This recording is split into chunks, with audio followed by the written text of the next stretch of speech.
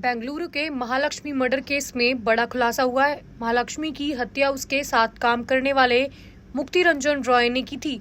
Suicide से पहले उसने अपनी मां के सामने मर्डर की बात भी कबूली। उसने अपने सुसाइड नोट में कहा, मैं उससे प्यार करता था, लेकिन वो मुझे किडनैपिंग के केस में फंसाने की कोशिश कर रही थी। मुक्ति रंजन का शव पुलिस को भद्रक जिले के धुसूरी में पेड़ से लटका मिला। पुलिस का दावा है कि उन्हें सुसाइड नोट भी मिला है, जिसमें मुक्ति रंजन ने अपराध कबूला है।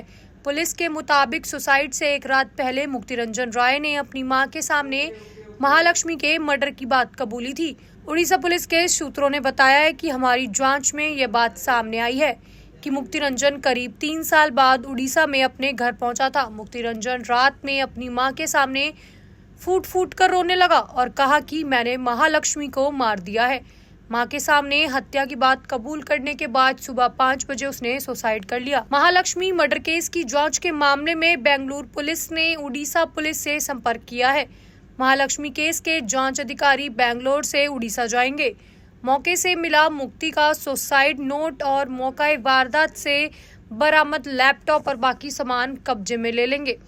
पुलिस को मुक्ति रंजन का जो सुसाइड नोट मिला है उसमें उसने ज्यादातर इंग्लिश भाषा और उड़िया भाषा में लिखा है। मुक्ति ने कहा, महालक्ष्मी के मर्डर की बात मैं कबूलता हूँ। मैं उसे पसंद करता था, मैं उसे प्यार करता था, लेकिन उसका व्यवहार मेरे लिए ठीक नहीं था। वो मुझे किडनैपिंग केस में फंसाने की धमकी देती थी।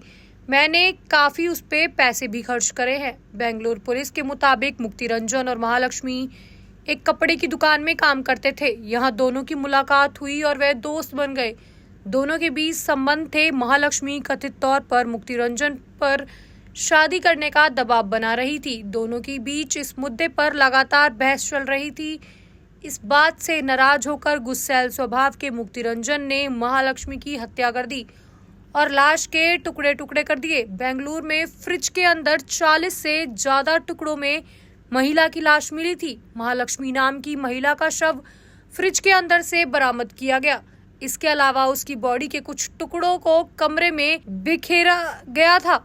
पुलिस के मुताबिक महालक्ष्मी की हत्या करीब 20-22 दिन पहले यानी 2 से 3 सितंबर के बीच ही हो गई थी।